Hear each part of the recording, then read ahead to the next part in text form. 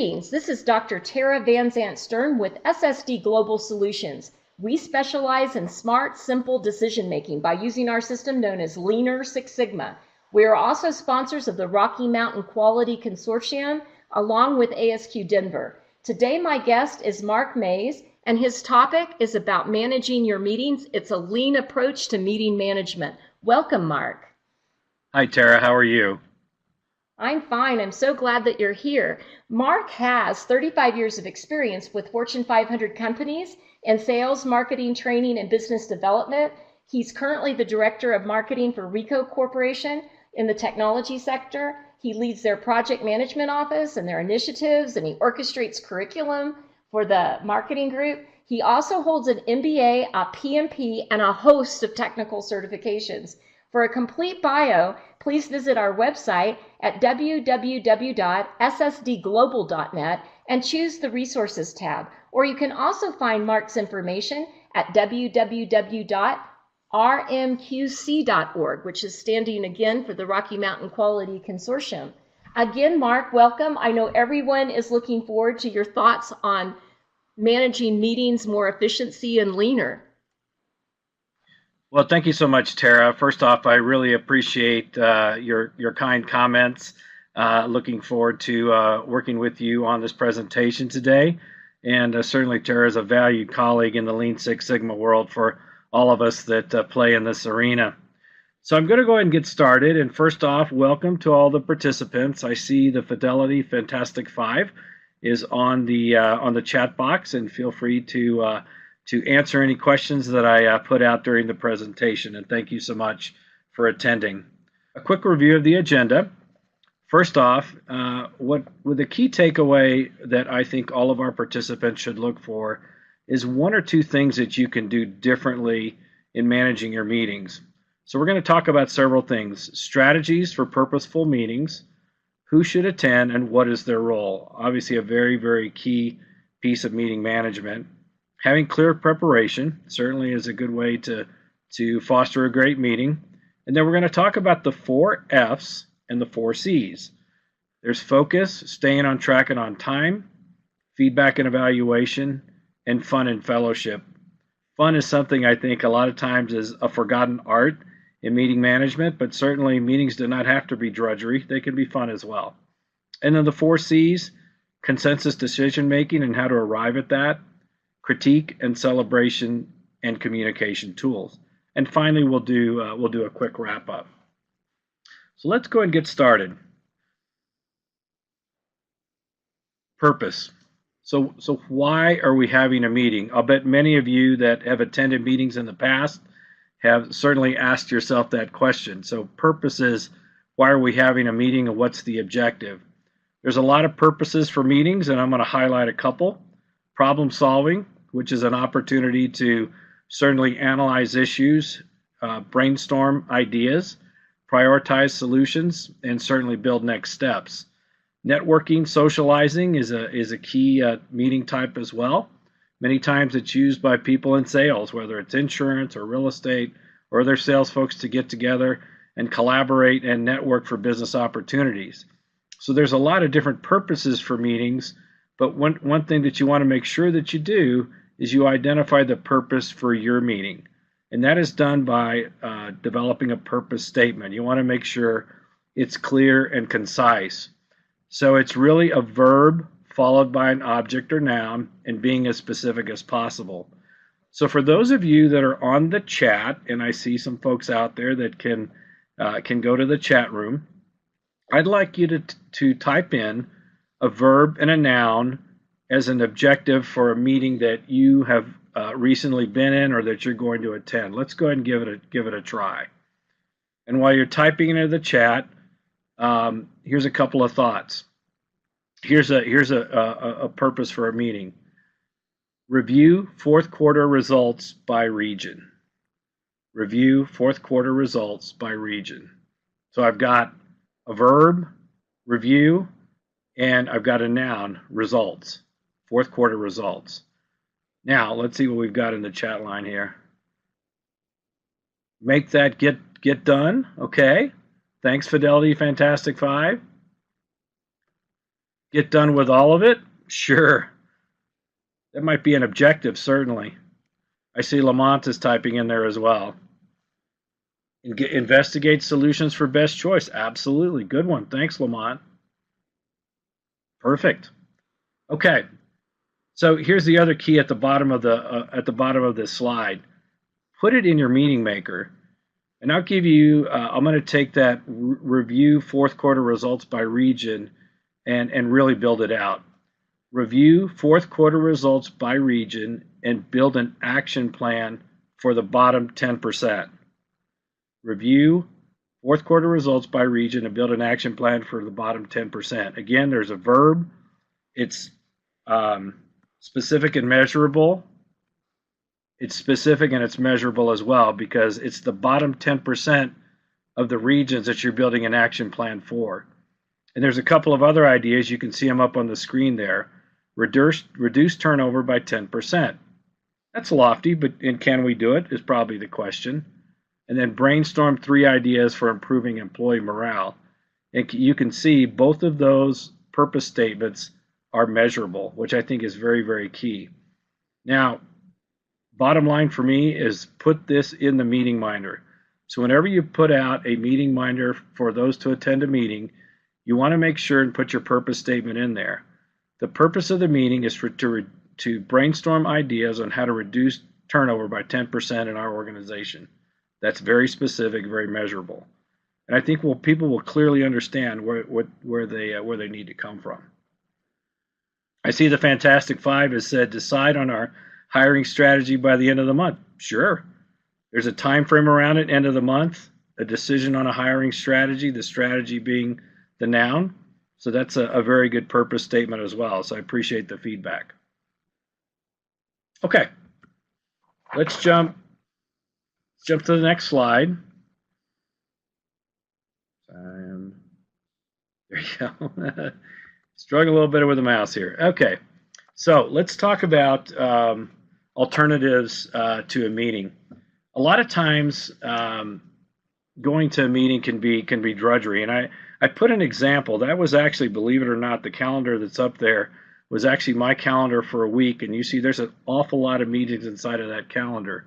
But I want to give you some tactics and strategies that you can utilize as potential alternatives to a meeting. Is there really anything gained or lost if you didn't attend the meeting? Maybe not.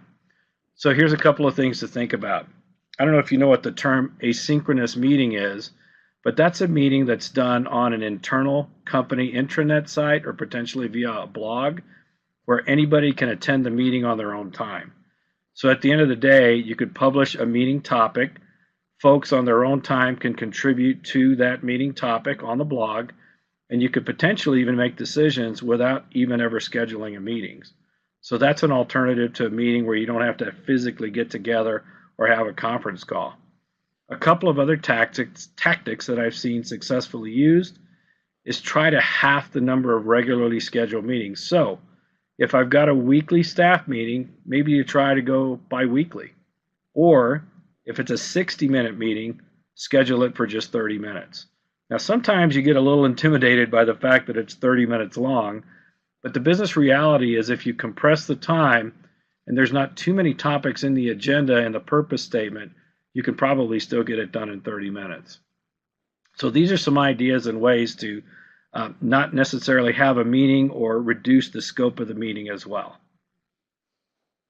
Any questions? Okay. Who should attend? I love my little graphic up in the corner. That's my little guy that's excited about the staff meeting being canceled.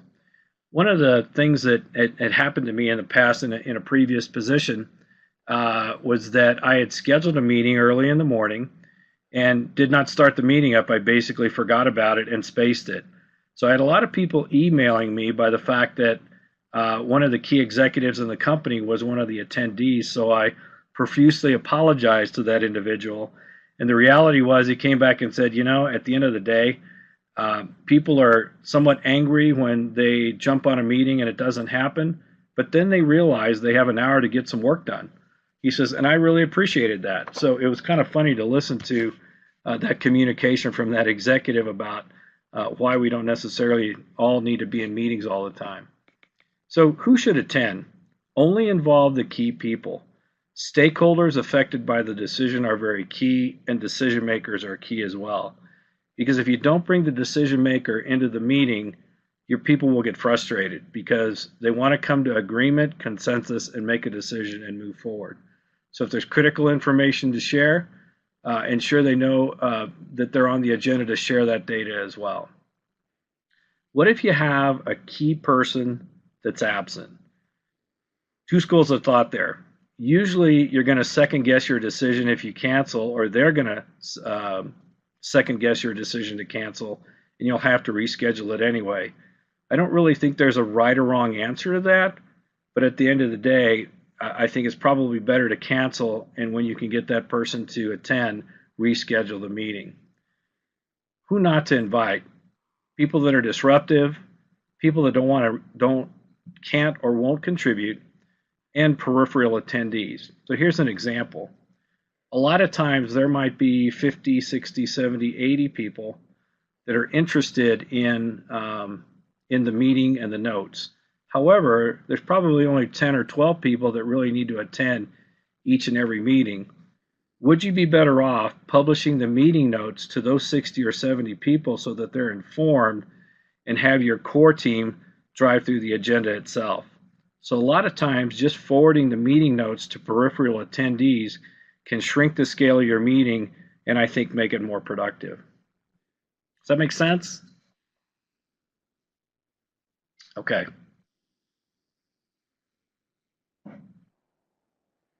I think when it comes to meetings, small is better. I think an ideal meeting size is probably 5 to 8 people. You've got a couple of subject matter experts. You might have a SME or two. You've got the leader of the meeting. And if you've got 5 to 8 members, I think it works pretty well. One of the things that you are probably noticing in the workforce is a new world of work. And you can see my graphics in the presentation there. The reality is you can have meetings just by turning to the guy at the next desk and have a quick chat about and have a meeting, because nowadays the cubicle walls aren't that high, the offices are not necessarily there, and may not even be private. They might have glass walls, but it makes for a collaborative workspace where quick meetings can be held to make a quick decision on a program or a project. So another thought or idea might be from a people perspective and making good use of their time. If you've got a meeting scheduled for an hour, schedule the first half hour with a smaller team and the second half hour with a full team. In other words, you can make a decision with the smaller team, communicate it to the larger team in the second half hour. You got to push out a couple of meeting makers, but at the end of the day, you can come to a decision likely more quickly in a smaller group. And I think for the purpose of collaboration, smaller a lot of times is better.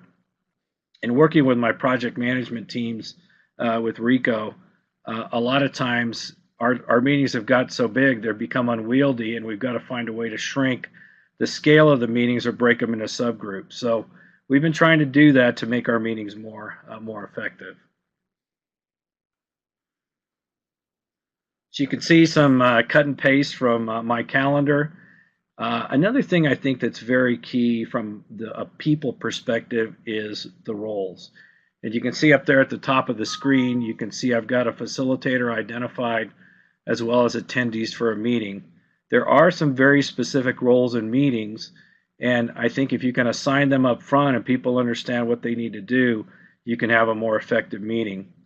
The facilitator is a very, very key role.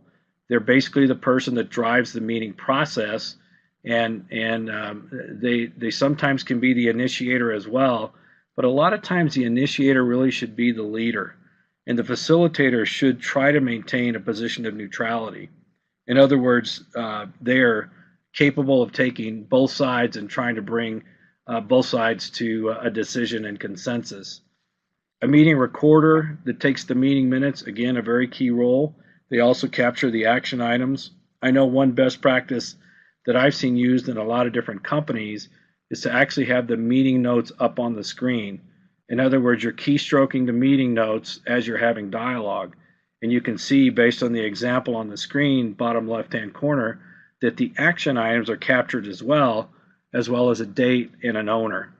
So I think the recorder is a very key role. Timekeeper. Sometimes a timekeeper is a forgotten art, but the business reality is if you've got a start and end time and you've got several agenda topics, you need to have somebody that flags the presenter and let them know you got 10 minutes left. You're halfway through. You've got 15 minutes left to make sure your presenters stay on time and on topic. And I know as a presenter, and I presented in many different arenas, I appreciate the fact that somebody will take the time to tell me you've got 10 minutes left so I don't go over my time. And frankly, I think it's also important from a roles perspective to put them in the meeting minder. Who's the facilitator? Who's the note taker or the recorder? Who's the timekeeper? These are great roles, and I think they can help you produce a better meeting.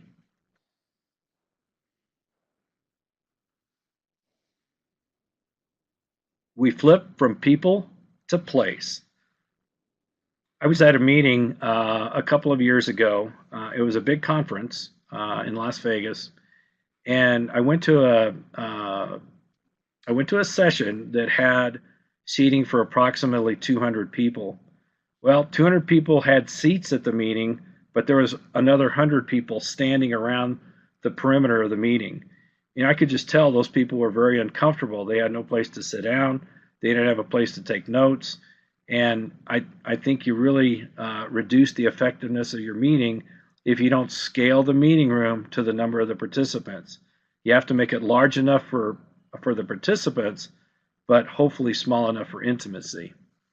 And another tactic I've seen that potentially you can use in your favor or not is to have the meeting in someone's office. That clearly sends a message that says, this is going to be my decision because you're coming to my office for the meeting. I still think a neutral site is probably better, even if it's a conference room right outside of that person's office. I think it's a way to try to have more collaboration and better facilitation. Frankly, everybody has to see the projector. I was in a meeting room one time, and think of a meeting room that's a rectangle, and along the long wall was the projector screen. And we had people lined up all the way across the meeting room that literally could not see the projector screen from the sides. And it was being held in a vacant conference room, so there was no light. So you really couldn't see what was on the screen, and it was a recognition meeting. Again, very poorly done, and I think they could, with a little better planning from a place perspective, had a more effective meeting. A lot of times, if the room is too big, you might have a facility where you can use a room divider. You could block it with plants. You can see it there in the graphic where the arrow is, where you can break the meeting room down a little bit. And then if you've got breakout rooms and you've got a big meeting room, but you're doing breakouts, and let's say you've got 4 of them, make sure that when your participants leave the meeting, they know when they have to return and what's the key deliverable they need to bring back to you. Very, very key to do that, because you can lose a lot of time with people coming back too late, coming back too early, and not knowing what's expected of them when they return.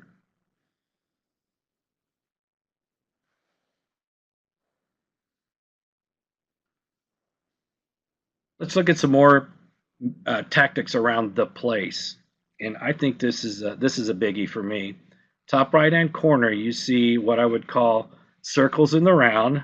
This is a meeting room tactic where small groups sit at a table that's a circle or a round table.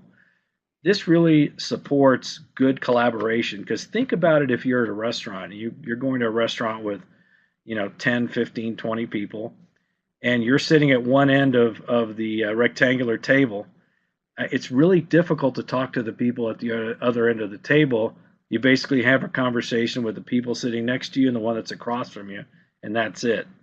When you sit at a round table, it gives everyone an equal opportunity to collaborate. So I'm a big believer in round tables for small group collaboration. The theater style seating in the middle graphic is really more for classroom style presentation and better for large groups. And then certainly you can vary the seating at different conferences as well.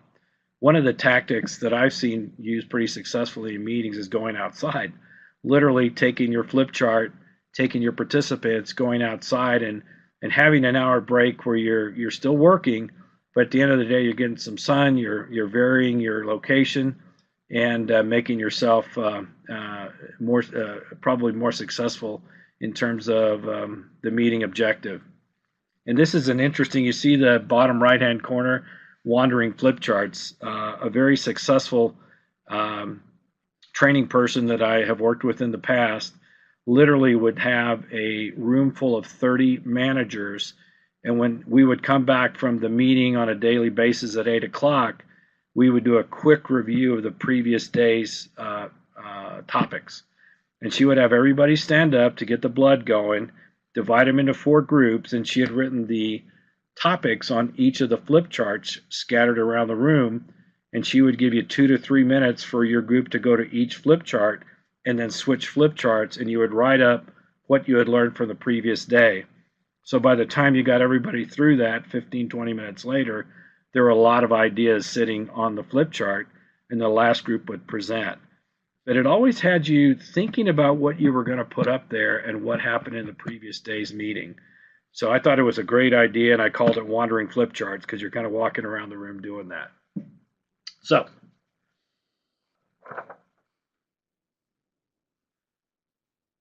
we're going to go from place to preparation. Pre-read anyone?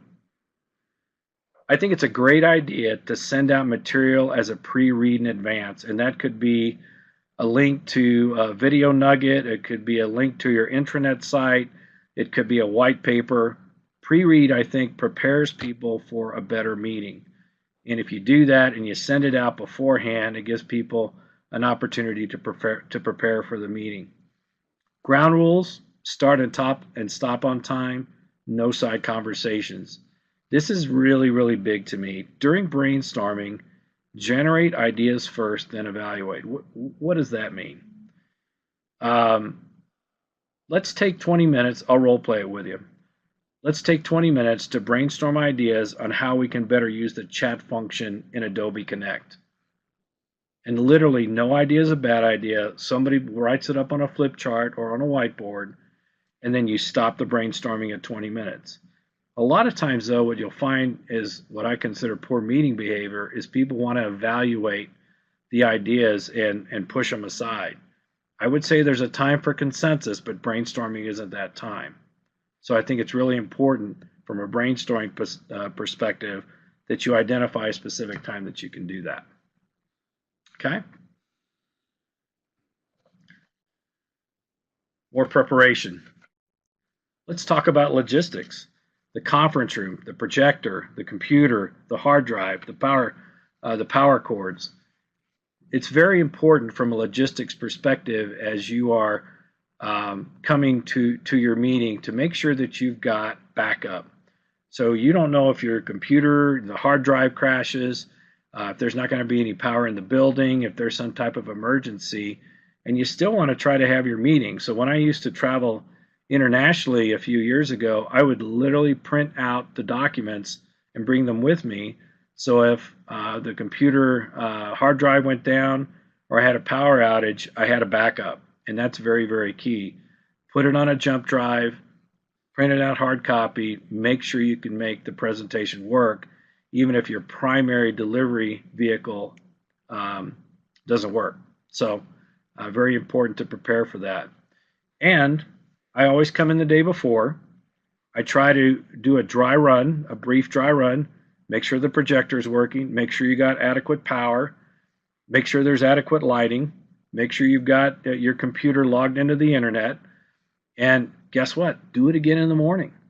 So you come back in, instead of arriving at 5 minutes to 8 for an 8 o'clock meeting, get your cup of coffee at 7 o'clock and be in that conference room at 7:15, again, making sure everything's ready to run when the folks come in there at 8 o'clock, because they're looking to you to be the subject matter expert for meeting prep.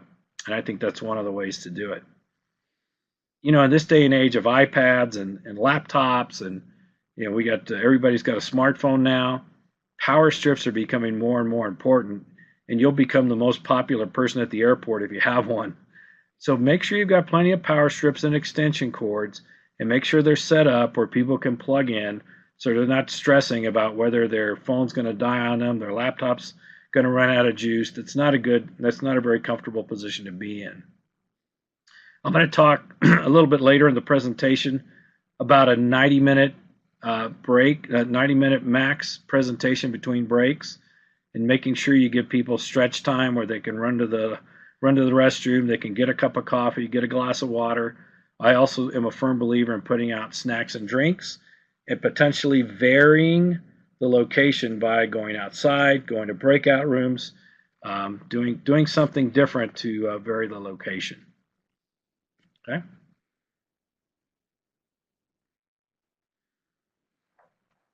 So now we're going to turn to the first of the 4 F's, focus.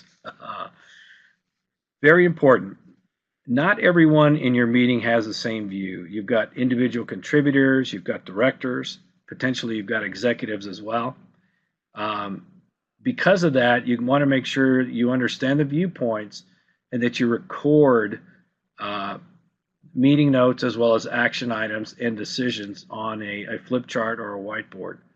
It's really important that people see their contributions valued by putting it up on the screen. So you want to make sure you do that during the presentation, and that's really the role of the scribe at the end of the day. If somebody asks you for 15 minutes, double the time request to 30.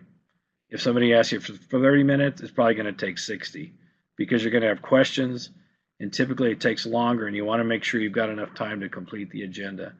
And again, as I stated before, from a focus perspective, make sure you have a time check in the last 10 minutes of the meeting, if that makes sense. Okay?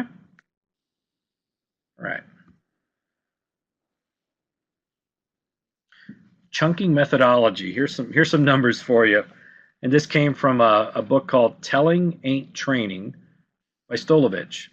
And there's some modeling that Stolovich uses in his book, 90-28, 60-24. So 90-28 is a live training model where you're in front of an audience.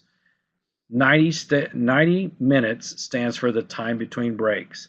You want to make sure that you build in breaks no longer than 90 minutes on the agenda.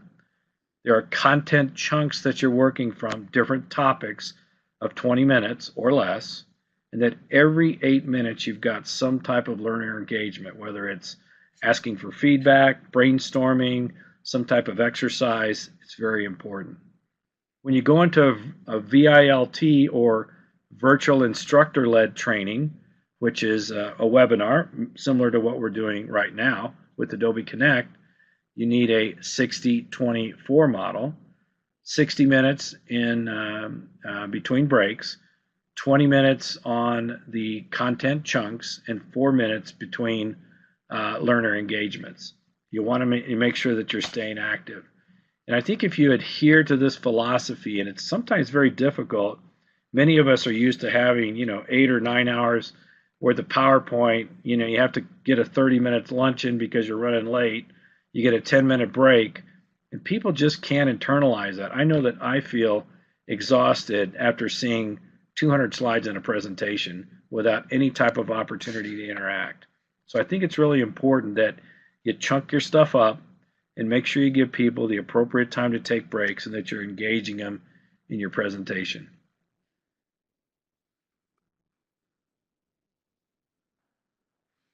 Don't know how many of you guys remember the guy in the bottom right-hand corner, but that's Anthony Fonzarelli from Happy Days, and he's got his thumbs up there, and there's a reason for that. From a facilitation perspective, I think it's really important to educate members on facilitation skills. What works, what makes a more successful meeting, and I'd like you guys in the chat, if you would just identify any facilitation skill that you think would be a good learning for others in the chat room. Let's take a minute to do that. Facilitation skills. You see a couple of them up there on the screen, but try to be creative. What have you seen that works? I see Lamont is typing. Thank you, Lamont. Lamont, brainstorming is a brain dump. I love it. As you're beginning to type into the chat, um, facilitator really is a different role than the leader. I think we've touched on that, and the fact that there's a degree of neutrality I think a facilitator has to utilize. And I'll speak specifically from my perspective. I have been asked to attend meetings and help facilitate when there are two groups that are at odds with each other and they really can't come to consensus. So good facilitation skills will allow you to take those two groups, bring them together, and come to consensus. So Lamont said, listen and repeat comment to ensure understanding. Perfect. Love it. Fidelity, fantastic 5. I like that multi-voting. Absolutely. Great facilitation skills when you get to consensus. See somebody else typing in the chat. Everybody to present their thoughts. Thank you, Bonnie. And I would say, I'm going to tag into what Bonnie just said there. Everybody to present their thoughts. So at the end of brainstorming, one thing that I think really makes people feel valued is to go around the room one more time. Hey team, let's go around the room one more time and let's make sure that we've captured everybody's ideas. Literally go person to person around the room, give them one more chance to speak. Okay? All right, couple of thoughts. Thank you for the feedback, guys and gals. Couple of thoughts on facilitation, gentle sense of humor. Let's not take ourselves too seriously. I think you see from my presentation style, I don't do that. I don't think I'm perfect. I don't think that I'm God's gift of presentation, and I try to use a little humor to lighten things up. If you get two people in a conflict, you can see it there in one of my bullets. Hey, you know what? Let's take 15 minutes. Joe and Jim, maybe we can step over in the corner and have a quick chat, see if we can work through this. But you don't need to subject everybody in the meeting to a direct conflict. Take a break, step away, get into a smaller group, see if you can resolve it. And always, always, always move to consensus. You can see it down there on the bottom bullet. You can take a straw vote. How you guys doing? Everybody thumbs up? Ask the question. Because I think if you're building consensus throughout the presentation, when it comes time to a decision, you're going to have an opportunity to go forward with it as opposed to having to go back and handle every single objection that you really should have been handling throughout the presentation, if that makes sense. Okay. We're going to do one more on facilitation. And these are just some comments I think that we can use to help facilitate a meeting. Building and giving credit. This is really big. Building on Jane's suggestion. Here's tagging into what Lamont said. Bonnie, thanks for that comment. That's a harmonizing statement. Let's remember, everyone's opinion is important. We all have preconceived notions about different people that come to meetings, right? We all have somebody that, is that guy going to really contribute or not, or they're going to be positive or not? I think at the end of the day, everyone's opinion is important and everybody has something to contribute, and we really need to validate that. Take the initiative as the facilitator of the meeting. Let's go around the room and take 15 minutes to brainstorm ideas on this topic and do it. And at the end of the 15 minutes, let's go around the room one more time, make sure we captured everybody's thoughts. Be very encouraging. Terrific concept, Paul. Great idea, Susie. Nice build, Jim. Encourage your people and build consensus throughout the presentation. Let's see where we stand. Can everyone live with this? Thumbs up? Okay. Getting back on track. One of the things that I have traditionally used a lot in my presentation is a parking lot.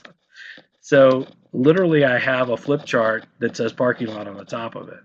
So if you've got a topic that you feel might get you a little bit off track in the agenda, hey, Lamont, I'd really like to address that today, but I think that might be a better discussion around the meeting we're having next Thursday. Let me put it in the parking lot and come back to it to the end. And you just go from there. Okay? All right. Keep going. Let's talk about feedback. Responding to presenters' feedback. Eliminating instant criticism ideas. I think we've talked about this a little bit earlier. When you brainstorm, make sure that everyone understands no idea is a bad idea. Who, who's guilty of that in the audience? I mean, I think I know that I've done it before, and I really, at the end of the day, need to make sure that I don't criticize the idea. I put it up on a flip chart, and then through some type of weighted voting, I think some of the folks on the chat have been talking about that. You literally can do dot voting, where if you've got 12 ideas up on the flip chart, you take a third of the total, and you each get 4 votes. And literally, you walk up to the flip chart and put your dots on the idea that you want to vote for. Ultimately, you're going to get winners. Do it today. Some that may need some work that we need to incubate a bit, and maybe some that you don't want to entertain at this point in time. Okay? Let's not forget fun and fellowship during the meeting. Again, don't take yourself too seriously. One of the managers that I worked for in the past used to use a game called Two Truths and a Lie to start a meeting, and it was a great icebreaker. Everyone thought about 2 truths and a lie, and you went around the room, and everybody would make the 3 statements. And the idea was for the audience to guess which was the lie. And it really kind of opened up, getting to know people and some of the things that are their hot buttons and what do they enjoy in their off time. I think it was a great icebreaker, and he used to do it a lot. It costs you a little bit of time. 2 truths and a lie with 10 or 15 people in a meeting might take you 30 minutes. But if you're in a 3-day workshop, and in particular, if the participants don't know each other, it's going to be very, very difficult if you don't have some type of icebreaker to get acquainted. The other thing you could do from a fun and fellowship perspective, again, meet outside for the day, flip charts and all, wear shorts. I mean, you can do a lot of creative things when you vary the location that you have the meeting. The other thing I do a lot with my meetings is I make sure at the very beginning we identify what does the individual member want to get out of the meeting, and write the goals up on a flip chart or whiteboard. I think at the end of the day, you've got a good opportunity to go back to those goals and make sure that you're hitting them during the presentation itself. And I think it makes people feel valued. We're going to move to the C's, consensus decision making. Can everyone support the decision? And again, I keep coming back to this. Build consensus throughout the meeting. Are we in agreement? Keep asking if there are any more concerns and what are we missing. And one of the tools that you could use is something called fist to 5. And everybody hold up a quick straw vote. If you hold up the fist, it means I don't understand. If you hold up 5 fingers, it means I understand and could explain it to somebody else. And 2, 3, and 4 are in between.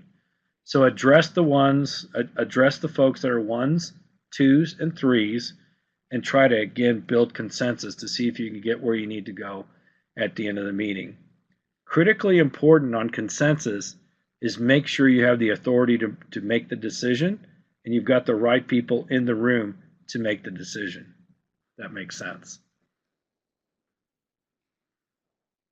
Closure. I'd like you to look at this as I'm chatting here.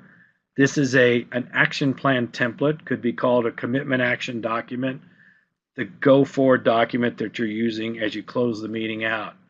You can see that we've got an objective, an action activity, targeted dates, and certainly a status.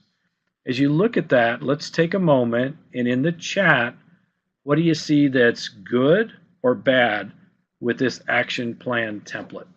Let's take a moment and put that into the chat.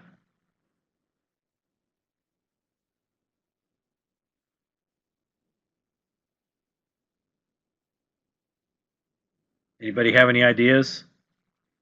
Oh, there's Lois. Lois is typing. Lamont, you've been contributing. Throw something in there. No one is assigned. Thank you, Lois.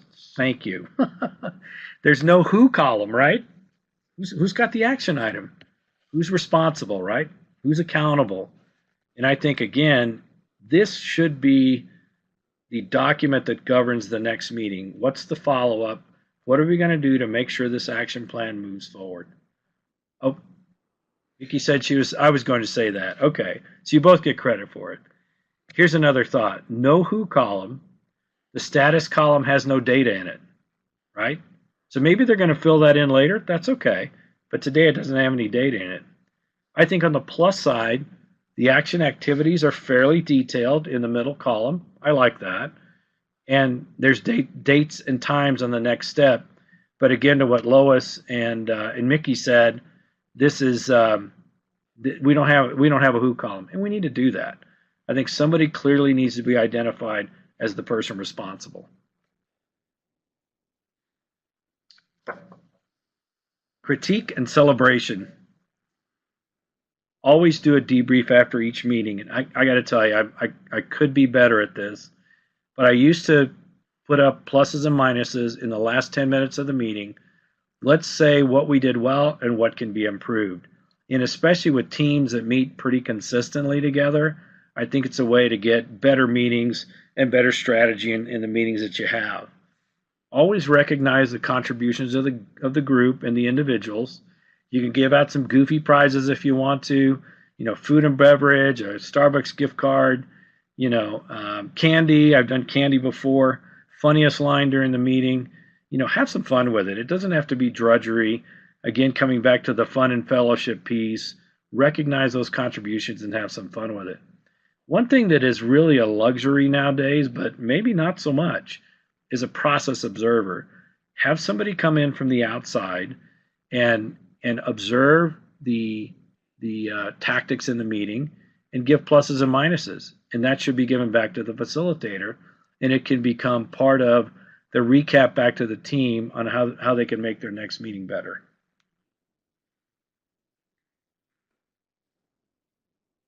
Let's talk about the fourth C, which is communication. Keeping a record of the meeting notes on an intranet site, very critical, and double it up. Send it out via email as well and post it on the intranet site. You want to be concise in the summary. I'm not sure that a 16-page epistle is the right way to go, but a 1 or 2 page summary of what the discussions were and what the key action items are with the next step and the date would be very, very key, I think, to having more successful meetings.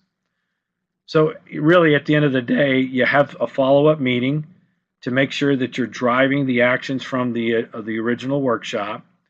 You email the communication out to the folks at the meeting, and do it quickly. I mean, people don't want to wait a week, 2 weeks. A lot of things are forgotten, and they really want to make sure that their valuable contributions are recorded. I cannot emphasize that enough. I think it's really important.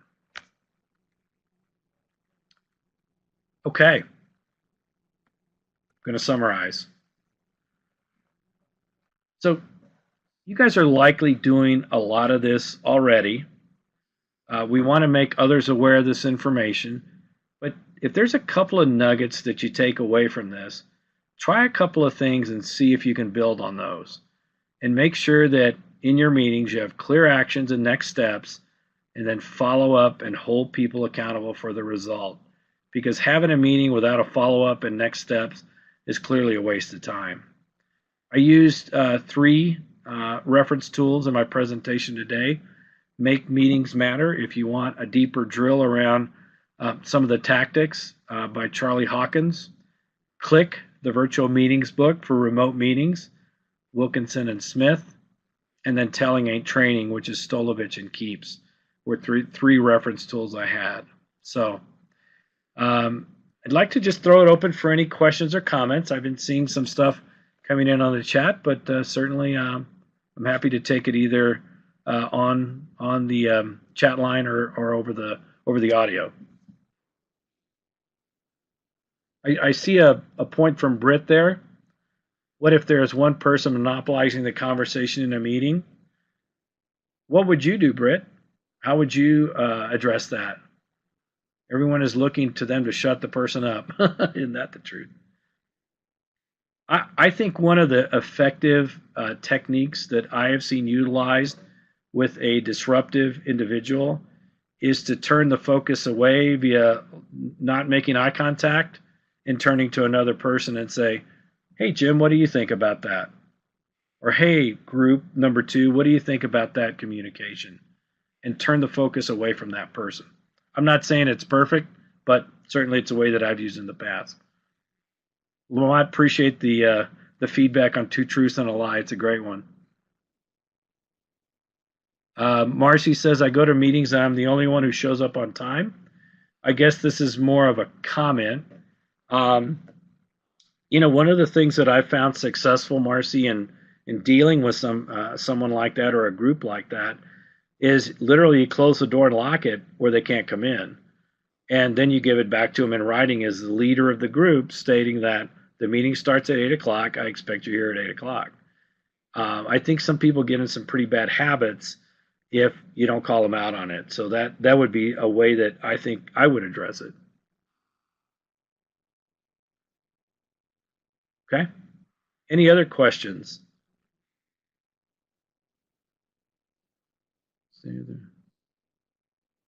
Okay. Worst meeting ever. It was supposed to be one of those 5 minutes stand up in and out. We were there for over an hour. Yeah, and again, to that comment, it looks like maybe Mike made that comment. I think publishing a pre-meeting agenda that says this is a 10-minute meeting and this is what we're going to cover, and we will be done at 8:10. It really is a lot about discipline, you guys, to be brutally honest. So I would just suggest publishing a pre-meeting agenda around it.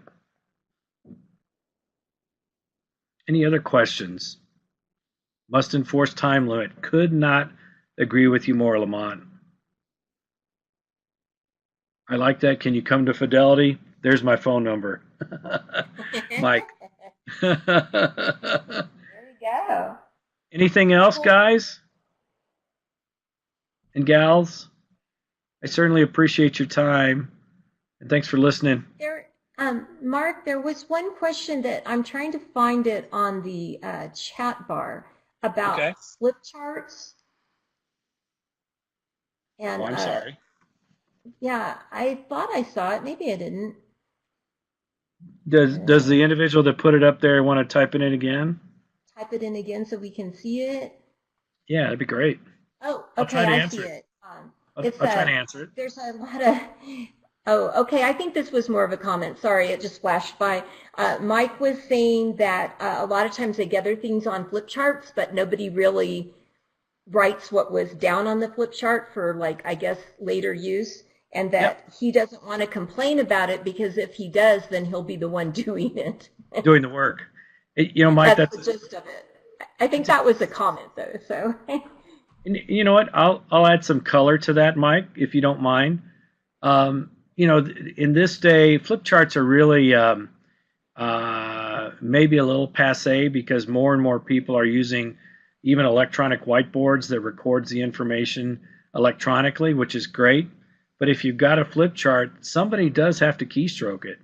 One of the things that I've used pretty successfully is taking pictures of the flip chart on your smartphone and then utilizing that as a vehicle to push the data back out.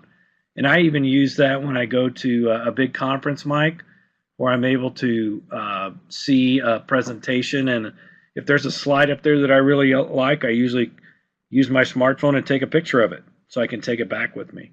It's a great question because flip charts that get thrown in the trash and never to be seen again don't work for anybody, but you just have to follow up. You got to schedule a meeting, bring back the meeting notes, and ask people if they've done their action items. And that you'll build a culture that's accountable that way, I think, hopefully over time. And then, Mark, there was only one other one, and Britt, if I'm saying this wrong, if you don't mind just keying it back in, because it might have been a comment too, but I think the gist of it is that when one of the comments that you made is how when you leave a meeting, it's a good idea to kind of check in with everyone and make sure everyone had a voice. And Britt was commenting that she hates that and that it stresses her out. Like I said, Britt, I'm summarizing, so if I'm saying it wrong, key in. So did you have any tips on if when it's your turn to say something and you don't really have anything to say, but you're just standing there stressed out? Brett, it's a good question, and I think that there are some of us that are more outgoing and gregarious than others, and I think a facilitator or leader of a meeting has to recognize that. And if you've said your piece, you can say, "I pass. I'll pass to the next person." I think you've earned the right to do that. I still think it's a good idea to ask everyone so no one feels excluded. I also think it's your right as a participant to say, "I'll pass to Joe here next to me." Does that make sense? And I think that's certainly a great tip, because if you're in the facilitator role now, you can say that. I'm going to ask everyone and feel free to say pass or something. I don't know. What do you think, Mark? I mean, you could probably, I love the idea of answering I pass, Yeah. because sometimes you have said your piece.